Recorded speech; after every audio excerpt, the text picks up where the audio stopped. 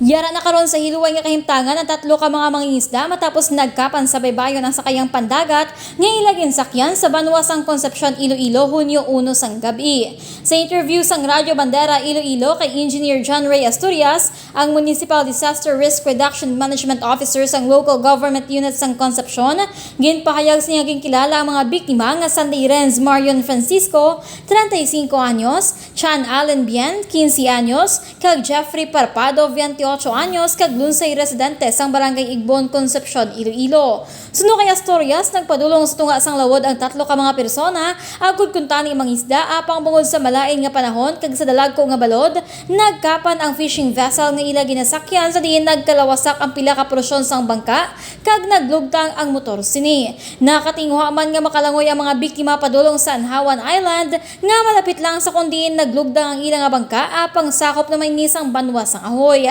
Kahapon sang agas no kay Asturias, nakakontak ang mga biktima sa ila himata. Sa diin giliyon naman nga nagpangayo sang bulig ang mga ini kag nagresponde sa nasambit ni isla ang katapos ang MDRRMO sang Concepcion, bantay dagat giban pa nga otoridad agad i-rescue ang nasambit nga mga persona.